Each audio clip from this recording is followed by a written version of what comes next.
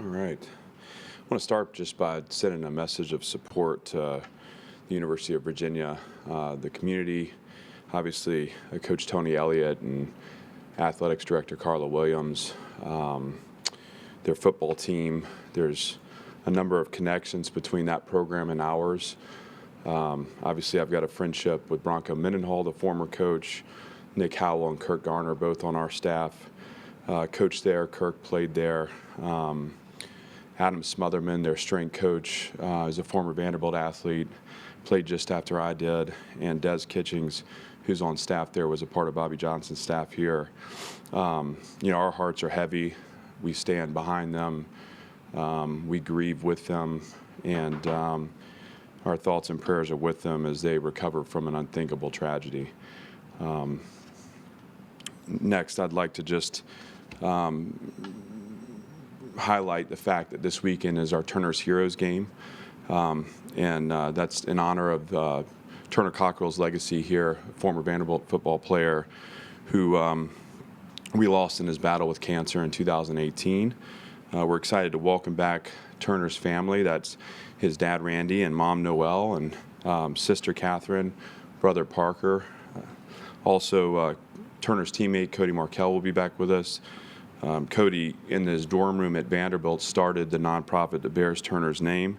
And this is a privilege for us to be able to represent someone and honor someone that we care a lot about here. And that'll be going on this weekend. We're excited to do that.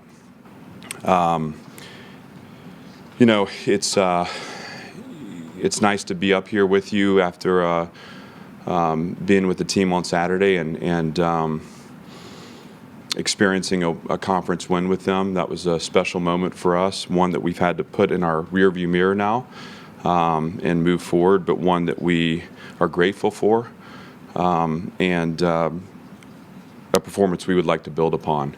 It wasn't a perfect 4 quarters. It wasn't 4 quarters of our highest level, but they were strong enough play throughout to give us the opportunity to win that game. And that said, we're going to practice, plan, and prepare as though we lost our last game. And so we're looking at all the things that had the result tipped the other direction that would have been the explanatory variables for that.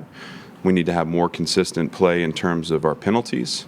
Obviously, turnovers were an issue on Saturday as well.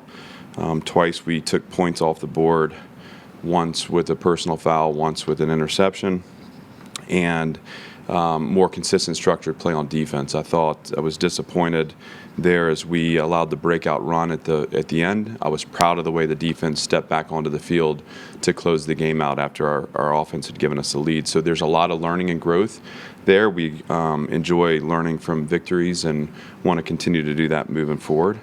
We'll face a stiff challenge this weekend with Florida. That's a team that has continued to get better through the season. They're playing really good football right now, and they're disruptive on defense, and they've been explosive on offense behind their running game and really good quarterback play. And so they'll pose a great challenge to us this weekend. We're excited for it and excited to continue this journey of Team 2 and compete with the Gators this weekend. And with that, I'm happy to open up for questions. What is A.J. Swann's status for this week? As of right now, questionable, and I think we need to see whether or not he's able to get back in time to prepare and to be able to play at a level that helps us win. All of that's up in the air right now, but certainly we're hopeful for his health and hopeful that he's able to make a return for us this weekend. Is there any consideration to shutting him down for the rest of the season, making sure he's healthy for the future and all that? As we go, if we're able to get him back healthy, we will allow him to play so long as he's cleared. Obviously, if there's any gray area there or doubt, then certainly we want to protect his long-term health and obviously his long-term ability to contribute here. But we don't see that as an issue as of right now, and so we're just awaiting his return. Specifically, talk about after the Kentucky game. Everyone saw how emotional you were, to see how tumultuous of a week you had after the South Carolina week, to see everyone come up and win when everyone thought Vanderbilt football was not going to win. What did it mean for the program, and what did it mean for Team 2 specifically? Yeah, there are a lot of things externally that we don't allow to define us. So we concern ourselves more with the internal narratives of the program. And my emotion after the game was just a reflection of the level of respect I have for the people that are here in the early part of this build, fighting every day to build the program that they believe in. I've been impressed with this team's ability to respond each week, even though we haven't been rewarded with results all the time. I have a deep respect for our coaching staff who carries that belief every single day, and belief without evidence is something that creates strain. But we all know what's going on in here. We see it every day. We're around it. We're connected to it, and to be a part of Saturday where our team got over the hump and found a way to win a game, it meant a lot to everyone involved. And so, that was what my emotion was about. So it certainly wasn't, about external narratives or anything that might create, a perception outside of our program.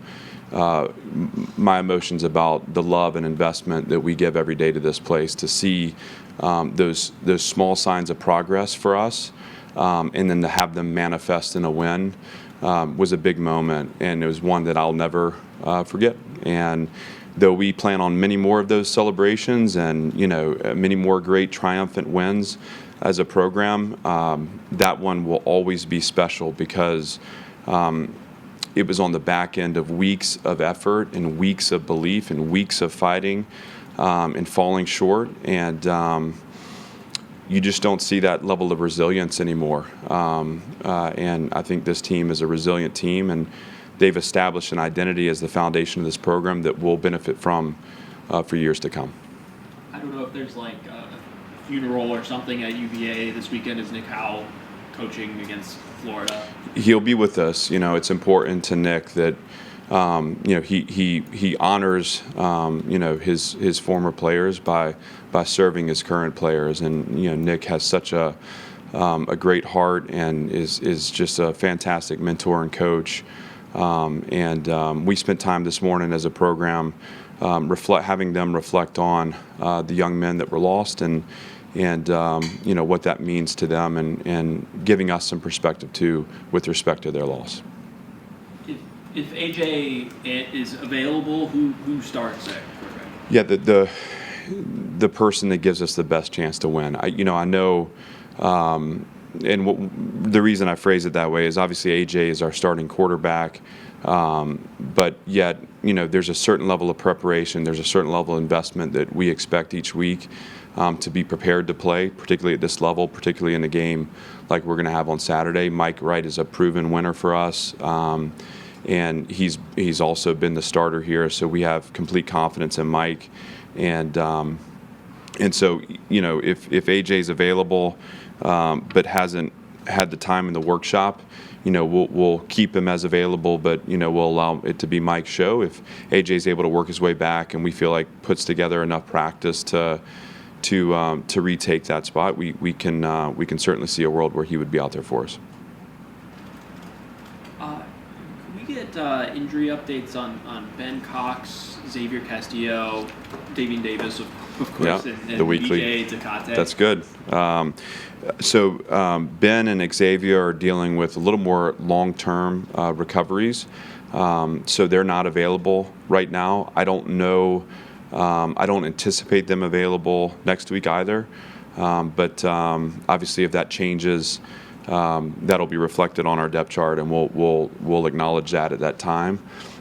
Same with BJ. BJ's injury occurred right around the finish to our second bye week, and he's a guy that could be back for us. I know he wants to be back, is targeting next week, but I'm not sure that that's going to happen. So we'll provide updates on him as we get a better sense of when he's able to reinsert. Davian took not live reps, but competitive reps today, and both scouted periods and good on good periods. So he is continuing his progress back. I don't know that gives him an opportunity to get on the field this weekend, but I would expect him to be out there for us next weekend. Again, barring any setback that might occur over the next 2 weeks. And if somehow he's able to do something for us against Florida, I would be excited to have him out there with us. I don't want to shut the door on that just in case, he doesn't have any setback. What has Ray Davis meant for your team this season? Well, I feel like offensively, as we've had our run game going, we've been on schedule and in rhythm and been productive. That was evidenced on Saturday. I thought against South Carolina the same, that we were able to get that run game established, and that set up third and conversions for us and opportunities for us to extend drives. He's a tough competitor. I mean, he's had a lot of hard yards this year, and especially early on where I felt like teams were loading our box. He would fight for 2 or 3 yards, and just a resilient runner. And I've been proud of him as he stayed with it to find the success he's found here late in the season. And certainly, again, when he's on and our run game's going, it sets up performance in our offense. And so we're going to need that again this weekend. And we're glad to have Ray as a part of this team. You went to Lexington without 3 starters on your offensive line. You played Jake Ketchuk the whole game, I think. Yeah. First snaps he's had in the game. How proud are you of what your line did? What's that say about where they are and maybe the job that AJ has done? Yeah, thanks for pointing that out. I first of all, that unit has been a next man up unit all year. They've played multiple people and in different spots. You talk about a guy like Gunnar Hansen, who is a tackle that we've now played inside for 2 weeks, who does that without blinking an eye, just unselfish, and they play together. They play with a heartbeat. They play with an identity. Obviously, we were proud of Jake to insert and to have his first action. We liked what we saw from Jake in camp, and just has had a couple injury setbacks through the season, but we think he's a bright young spot on our roster that we want to keep coming. But you look at what that unit's done all season, and I think it's impressive. Not just when we've gotten the run game going behind tough physical play, but also what they've done in protection. I think has been in this league has been something I've noticed and reflects progress within our program. I felt like a year ago we had trouble getting plays off. There were a number of pre-snap penalties, procedural penalties. We were not often on the same page in protection. It took us all year to get to the point where we were in a rhythm offensively. I think we've taken that and built from that this season, and we've done it with a lot of different people. So that bodes well for our future. It bodes well for where we're headed. And it gives us confidence this weekend where we're going to play against a really good defensive front. These guys, with the right attitude and the right approach behind Coach Blazek's teaching and coaching, have proven that they can be a good offensive line in this league. Can you speak to the importance of being disciplined this week? You talked about that earlier. Florida is the least penalized team, and it's also number 1 in turnover margins. So the scenarios for Florida to beat itself don't seem to be abundant. Yeah, they're well coached, and they're a disruptive team. In the South Carolina game, South Carolina was never able to get breathing room, and it felt like Florida was punctuating early drives and then generating turnovers, and never allowed for any kind of momentum or any kind of rhythmic play. And they can do that. They're long and athletic and big and fast, and so they cover ground well, and they're disruptive at the finishes. And I think for us in particular, with the issues we've had around ball security, we're going to have to be really attentive to that. And for us to get the result we want, we're going to have to do a better job of protecting the football than we've done in the past 2 games. It seems like ball security has really been an issue with your receiving group. have you addressed that? What measures are you guys taking to maybe get that part better? There's a couple of obviously it's being coached and being coached to a detail. There's a couple of approaches. One is just the fundamental technical aspect of how we secure the ball or how we chin the ball and the mechanics behind how we want to carry the football. The other is just examining when those turnovers occur and what are the common factors in creating them. So, like on Saturday on Wills, he makes a nice catch and makes a move, and it's a backside runner. He's got a front side defender that he's dealing with. It's a backside runner that jars the ball loose. And so having the ability there to create an iron cross and to get two hands on the ball and to anticipate those things is important. Regarding the Kentucky game, Barryon Brown is maybe the fastest player you guys will play against all season, and yet he had one catch for a loss of 1 yard and didn't seem to do a ton on special teams either. How does being able to contain somebody with that type of speed speak to improvement on defense and special teams? Certainly. We've talked a lot about tackling on the perimeter. That's been a focus. I felt like that was better on the whole on Saturday, both in defense and special teams, but I also thought there were opportunities for us to make plays to get against the running back. Excuse me, guys. Still getting over this sickness. Where we could have gone second and long, that he broke tackles to get a second two. So there's room for improvement there, but was proud of the way we contained Barryon. Yeah. So have you noticed impact on recruiting already from that win, or We've stayed the course. I mean, people that get in touch with the energy inside this program, they have belief in what we're building, and obviously everyone enjoys the evidence and enjoys the success. But we're happy with where we are with respect to recruiting and confident about how this class is going to allow us to take that next step. And obviously enjoyed celebrating the win on Saturday with families and recruits who were watching closely. Thanks. All set?